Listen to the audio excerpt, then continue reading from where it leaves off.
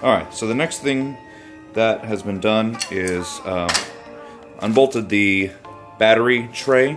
That's 3 or 4 12 millimeters. It's 4 12 millimeters.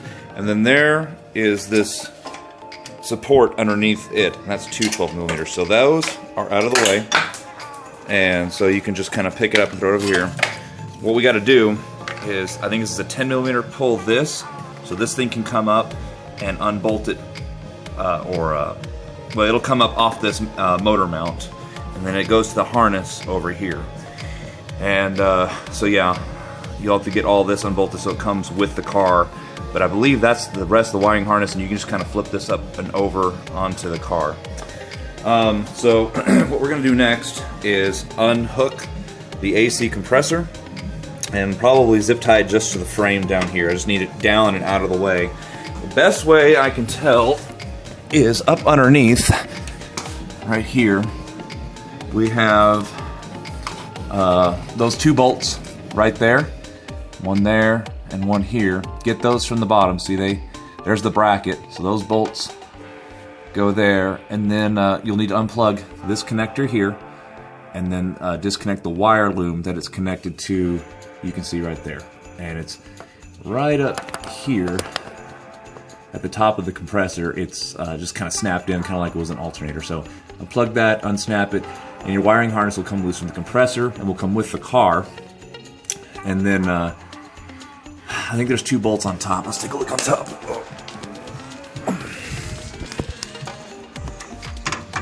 Yeah, it looks like there's 2 more bolts on top.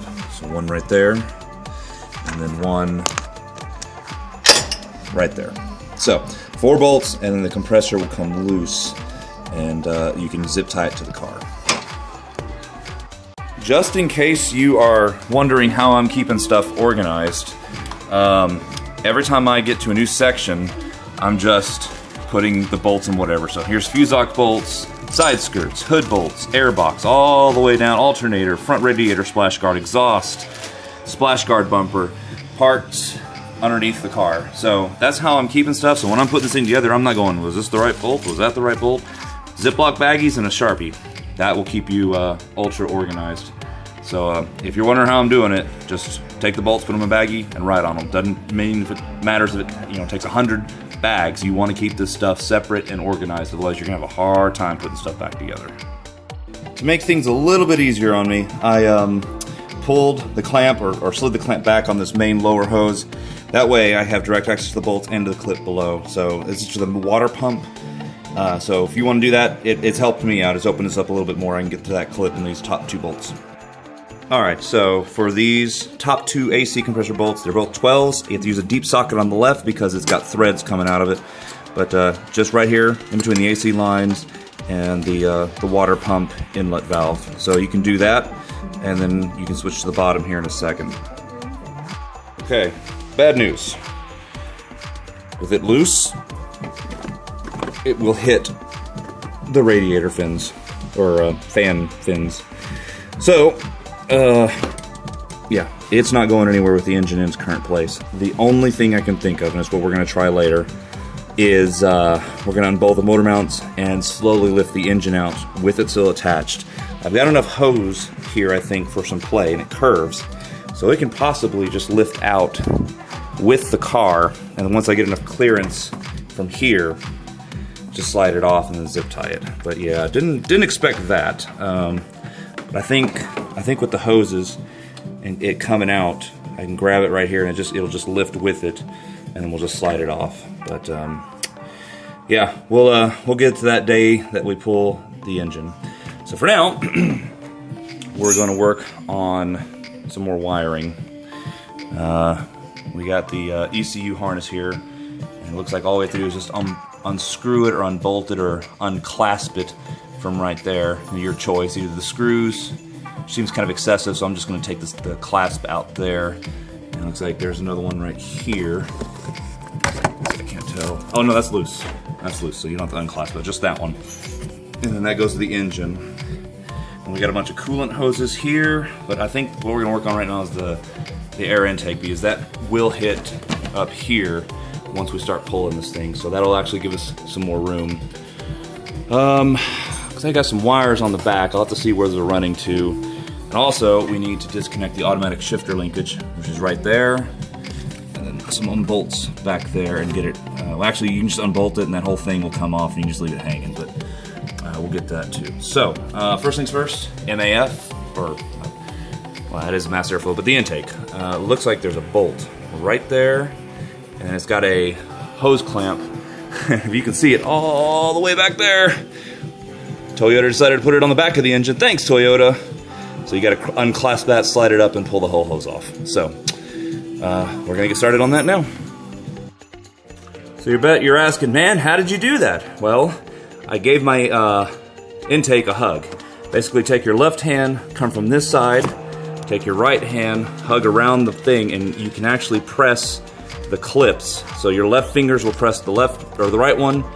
Sorry, I'm tired. Left hand can press the left one, right hand can press the other one, and pushing it together, rotate it around to here, and then you can get a pair of pliers on it.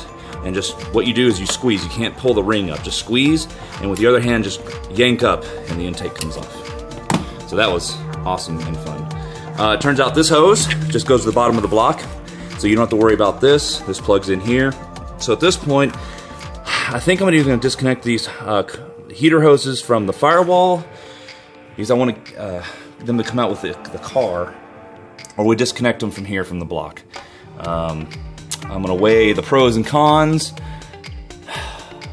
I think they're going to come with the firewall, because otherwise they're going to bend up and be in the way when this engine comes out. So yeah, they're going to come off.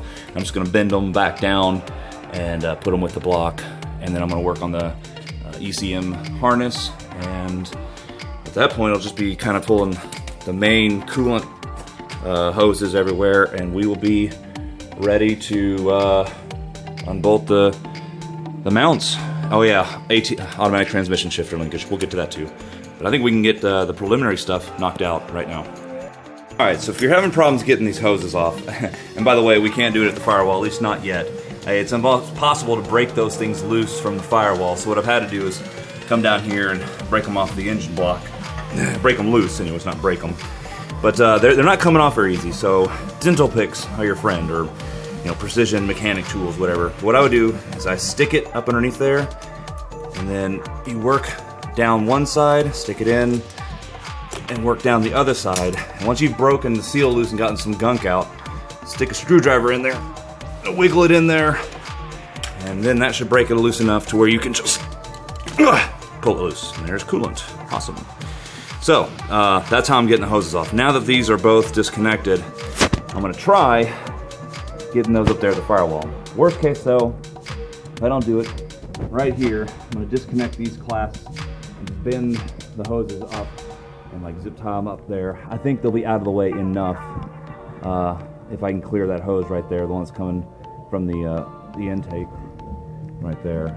Also forgot to tell y'all, we have to do fuel hoses, or fuel line. In fact, that is the fuel line. Sorry, that's the fuel line right there. We need to disconnect that fuel line and get it out of the way. It looks like you just take this connector out and then just undo the hose right here before it goes into the system. So that's what I'm gonna try doing next, is the fuel line.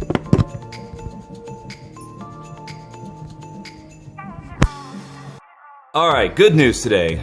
Using the same technique with the tool, kind of broke the seal, and then I just started grabbing it back and forth, left and right, and sure enough, it breaks loose, and then you're clear. So you can pull them from the firewall now. If you want, reattach them to the engine block down here. They're loose. I don't really care at this point. In fact, you can probably just pull the whole hoses out completely, but it does come off the firewall, and that's the way to do it. Okay, we're upside down for a reason. This is on the bottom of the car. This is the passenger side drive shaft. So this passenger side up by the firewall, you have a downpipe O2 sensor right there. Connector goes up to that connector. Just pinch the connector so it gets unplugged from the intake manifold on the back, and just unplug the sensor. The rest of those wires go up the side of the engine block, and you don't have to mess with those if you're pulling this as a combo, engine and transmission. If you are pulling just the transmission, you're going to have to trace those wires and unplug them from the side. But since it's all coming out in one unit, all I did was unplug my O2 sensor, and now everything else is done. But make sure you don't just start pulling the whole thing without unplugging that. And while we're down here, I'll go ahead and show you. This is the passenger side. in order to get the drive shaft out on the passenger side, so there's no bolts or anything, it's just pulled out there, but you have to undo the bolts here. So that, and I think there's one up on top. Yeah, there's one up on top. Those look like 12s. And then, come all the way over here, I believe, and I'll confirm later, I think you take out these bottom 3 bolts here, so the A-frame can drop, and then you take out the nut right there, and that way you can pull the entire shaft assembly down below the rotor. But we'll get that to in a minute. I just wanted to show you this for future reference. You have to take the bolt out on this side. Driver's side does not have this bolt, as far as I recall. We'll check it on there, but just be aware when we start moving to the drive shafts, take out both of these bolts, and then we'll go from there. Okay, so working on the fuel line here, you can undo this clasp by bending this out and then just pulling this out. This piece, right here, that piece, was wrapped around this. So you can just unclip it, it pops out, which exposes the fuel line disconnect. I don't have my fuel line disconnect tools, so I have to go rent them from O'Reilly's or AutoZone. I started pulling on this, and it started pulling back, and I'm like, this probably isn't the correct way of doing this, and I don't want to cause fuel pressure issues, so let's do it the correct way, and I'm going to disconnect it right here using a fuel line disconnect tool, and that way that pipe can stay with the engine, this pipe can just kind of stay here. I don't know, I may work it somewhere else, because this pipe's going to be in the way. It's bendy here, it's not so bendy right here. Oh, crud. Well, that's one way to do it. Yeah, stops right there. The metal stops right here, and it's bendy here. So I don't know how bendy this can be if you can get out of the way. So now you get to find a new clip. Awesome!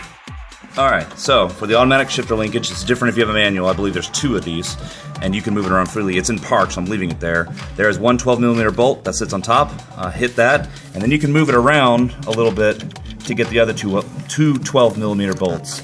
And then that bracket right there becomes loose, so you can lift up and off, and it's going to flop there, so be careful when you pull the engine out, but it's all loose now, and I think we're just going to leave it there and just tuck it up behind this fuse box, because we can tilt this whole thing out a different way. But that's how you get the automatic shifter linkage undone.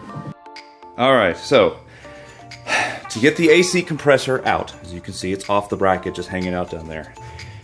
This is not a welded piece. So 10mm, 10mm, 10mm, 10mm. Unclip the hood latch release from here and from here. Unplug your horns, and then unbolt the 10mm down here. This entire assembly will lift up. Just stick it somewhere right there. The entire thing moves now. It has a lot of flexibility.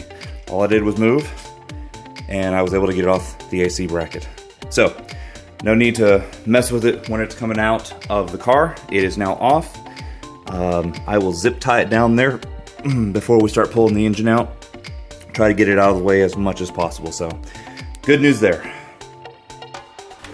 Thanks everybody for watching. That's going to conclude today's video.